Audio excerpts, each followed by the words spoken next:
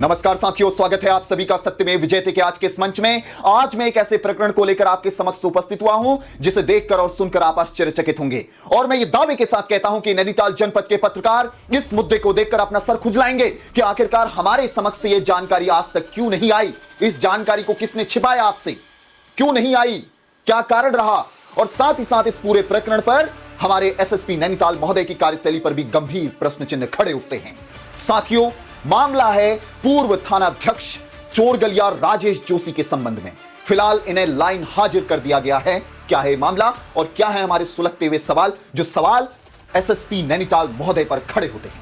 साथियों, एसआई राजेश जोशी के निलंबन अथवा लाइन हाजिरी से जुड़े हुए कुछ नाटकीय घटनाक्रम पर पहले नजर दौड़ा लेते हैं। क्या है ये मामला, ये जानना जरूरी है। दिनांक 30 अगस्त 2025 को उत्तराखंड राज्य के सर्वोच्च पुलिस अधिकारी यानी पुलिस महानिदेशक, जिन्हें हम डीजीपी कहते हैं, उनके द्वारा वीडियो कॉन्फ्रेंसिंग के जरिए 10 बजे के आसपास एक बैठक ली जाती है। उस बैठक में राज्य के समस्त थाना प्रभारियों और उनके उच्च अधिकारियों को वहां पर प्रतिभाग करना होता है और प्रतिभाग किया गया। उसके बाद क्या है कि तात्कालीन पूर्व थानाध्यक्ष राजेश जोशी महोदय भी जो हैं इसी मीटिंग में, इसी बैठक में प्रतिभाग करने के लिए थाना चोरगलिया से बहुउद्देश्य भवन हल्द्वानी की तरफ रवाना हो जाते हैं।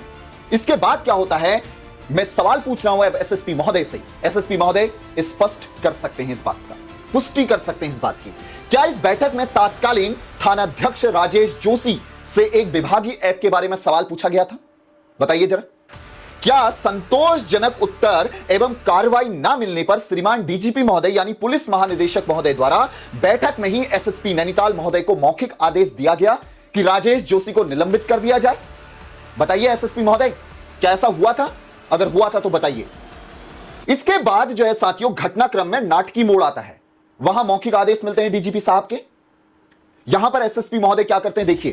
क्या एसएसपी नैनीताल महोदय अपने आदेश पत्रांक ST 25/2025 दिनांक 30 अगस्त 2025 जारी कर डीजीपी महोदय के आदेश की धज्जियां उड़ाते हुए निलंबन के स्थान पर एसआई राजेश जोशी के विरुद्ध मात्र लाइन हाजिर का आदेश जारी करते हैं?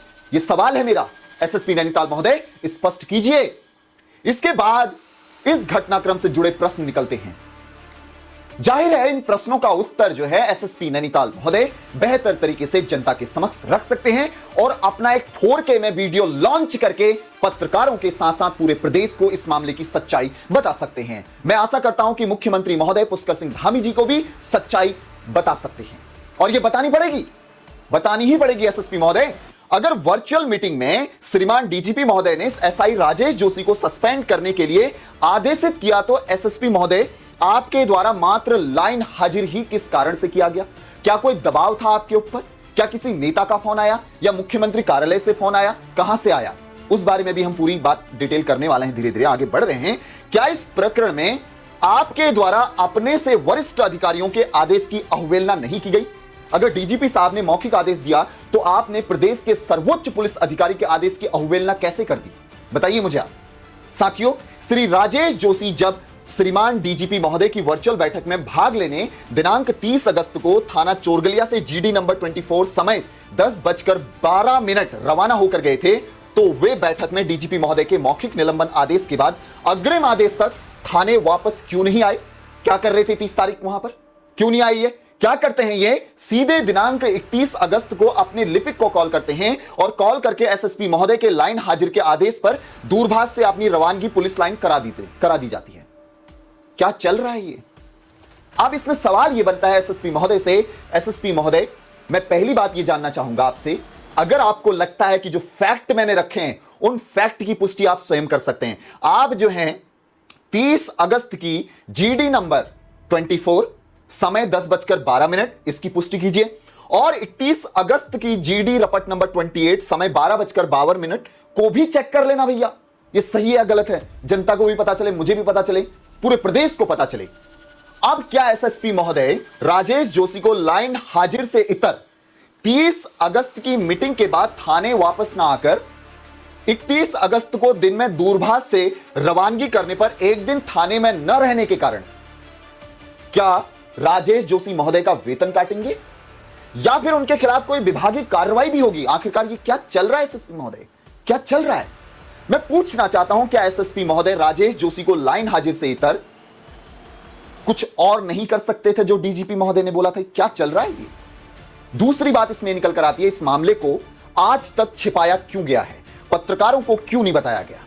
क्या नैनीताल जनपद के पत्रकारों से एसएसपी नैनीताल महोदय का भरोसा उठ चुका है? यह सवाल है, ताकि वो इस घटनाक्रम का पटाक्षेप जनता के समक्ष ना कर पाए। ये किसने छिपाने के लिए बोला अगर ऐसा है तो? साथियों, यदि यह संपूर्ण मामला छुपाया गया है तो यह किसके कहने पर किया गया? क्या किसी राजनेता के कहने पर यह प्रकरण पत्रकारों से ओझल किया गया, जनता से ओझल किया गया? मैं जानना चाहता हूं, पूछता है उत्तराखंड एसएसपी महोदय, बताइए ये किसके कारण और किस वजह से आपने इस मामले को ओझल कर दिया? संपूर्ण उत्तराखंड आज आपसे सवाल पूछ रहा है, बताइए, इस सवाल का जवाब दीजिए। क्या चल रहा है ये? पुलिस अधिकारी राजेश जोशी जो स्वयं मुख्यमंत्री महोदय के गृह क्षेत्र से आते हैं साथियों, और राजेश जोशी ही स्पष्ट कर सकते हैं कि क्या उनके पिता भाजपा में पदाधिकारी हैं, जिसके कारण राजेश जोशी को संरक्षण मिला हुआ है। क्या चल रहा है ये? साथियों, मैं एक बात कहना चाहूंगा, हमारे जो एसएसपी महोदय हैं इनको जरा ध्यान से देखिएगा। ये हैं हमारे मीणा साहब। मीणा साहब, मैंने जितने भी सवाल पूछ रखे हैं आपसे, जरा जवाब दीजिएगा। ये संपूर्ण उत्तराखंड जानना चाहता है कि आप क्या कर रहे हैं, आपकी कार्यशैली क्या है। पूछना चाहता है, जब मैं थाना चोरगलिया फोन करता हूं साथियों, तो मेरे को बताया जाता है कि राजेश जोशी जी छुट्टी में हैं, 5 दिन की छुट्टी में हैं। मतलब यह हुआ कि अब ऐसा तो नहीं है मीणा साहब, सवाल है मेरा, आरोप नहीं लगा रहा हूं, हां सवाल है, क्या आपने राजेश जोशी महोदय को यह आश्वासन दिया है कि 5 दिन तक लाइन हाजिर करूंगा, उसके बाद वापस थाने भेज दूंगा? सवाल है मेरा। डीजीपी महोदय की आंखों में जो है धूल झोंकने का काम कर रहे हैं आप, सवाल है, आरोप नहीं है, बता दीजिएगा मुझे। क्या डीजीपी महोदय को ये दिखाना चाह रहे हैं कि उसको तो लाइन हाजिर कर दिया महोदय, हमने वहां से हटा दिया? आप डीजीपी महोदय इतना बड़ा कार्यालय संभाल रहे हैं, इतने सारे पुलिस अधिकारी, पूरे राज्य की पुलिस उनके नेतृत्व में काम कर रही है, उनको इतनी बात कहां से मालूम होगी? उनको जो जानकारी मीणा साहब देंगे वही तो वो उसका पुष्टि करेंगे ना, सिंपल सी बात है। क्या मीणा साहब ने यह किया है कि 5 दिन तक उस व्यक्ति को लाइन हाजिर करें और उसके बाद वापस थाने भेज दें? क्या चल रहा है ये? अगर डीजीपी साहब ने 30 अगस्त की मीटिंग में यह बात कही है कि राजेश जोशी को निलंबित किया जाए, तो आखिरकार मीणा साहब ने निलंबित क्यों नहीं किया? पूछता है उत्तराखंड। मैं पुलिस अधिकारियों से यही आशा करता हूं कि पुलिस अधिकारी मीणा साहब 4K में वीडियो शूट करके बताएं, जानकारी दें कि यह मामला क्या है, पत्रकारों से क्यों छुपाया गया। क्या आप नैनीताल जनपद के पत्रकारों पर भी भरोसा नहीं करते हैं? क्या चल रहा है ये?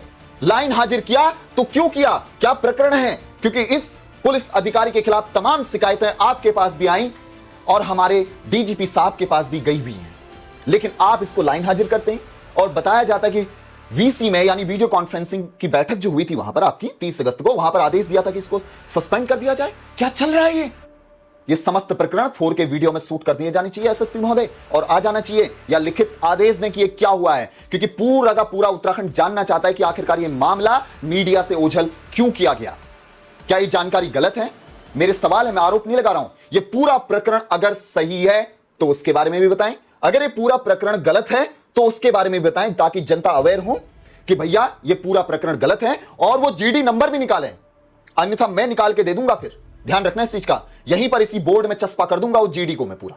ध्यान रखना इस चीज का, सारे दस्तावेज। अभी प्राइवेसी का जो है मैं उल्लंघन नहीं कर रहा हूं, क्योंकि आपकी गोपनीय जानकारी होती है, आपका सम्मान कर रहा हूं, वर्दी का सम्मान है, जो वर्दी आपने पहनी है इसका सम्मान करता हूं। आप पुलिस अधिकारी हैं, जिले के कप्तान हैं, आपका सम्मान करता हूं, इसीलिए मैं वो चीजें नहीं दिखा रहा हूं।